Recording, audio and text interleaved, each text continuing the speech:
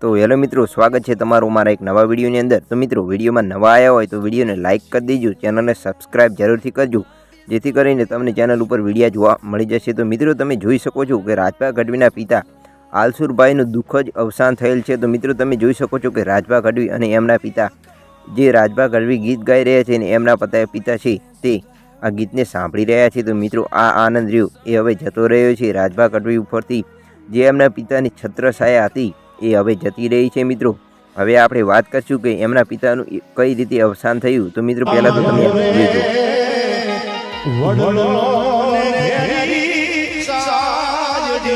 તો મિત્રો, તમે વિડીયો જોયો કે સાથે ભેગા મળીને ખાતા જે રાજભા ગઢવી અને તેમના પિતા। તો મિત્રો, પહેલા વાત કરી કે રાજભા ગઢવીને કક્કાનો ક પણ ના આવડતો, પણ મિત્રો એમના પિતા જે હતા એમને જે શીખવાડતા રાજભા ગઢવી ગાયો હતા અને તેમને આ ગીત શીખવાડતા અને પછી ગીત શીખવાડ્યું, પછી તેમને લખતા વાંચતા શીખવાડ્યું અને આજે એ જ પિતા નથી રહ્યા। મિત્રો, તો તમે જોઈ શકો છો 29/1/2025ના રોજ એમનું દુઃખ જ અવસાન થયેલું છે। અને મિત્રો, આ અવસાન કઈ રીતે થયું? તો મિત્રો, એમને કોઈક એવી બીમારી હતી જેના લીધે થઈને એમનું અવસાન થયું છે। પહેલાંથી 4-5 દિવસથી બહુ બીમાર હતા, એના લીધે આજે તેમને છેલ્લા શ્વાસ લીધા છે। તો મિત્રો, આમાં જોઈ શકો છો 29/1/2025ના રોજ એમનું દુઃખદ અવસાન થયું છે।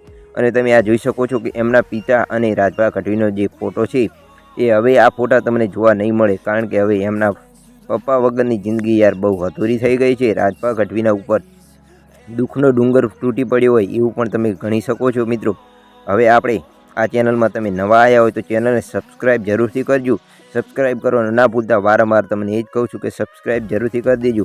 અને મિત્રો, રાજભા ગઢવીના જે પિતા છે એમને તમે કમેન્ટમાં ઓમ શાંતિ જરૂરથી લખજો, જેથી કરીને એમની જે આત્મા છે, અંતરાત્મા, એમની શાંતિ મળે। તો મિત્રો, ઓમ શાંતિ લખવાનું નામ ભૂલતા।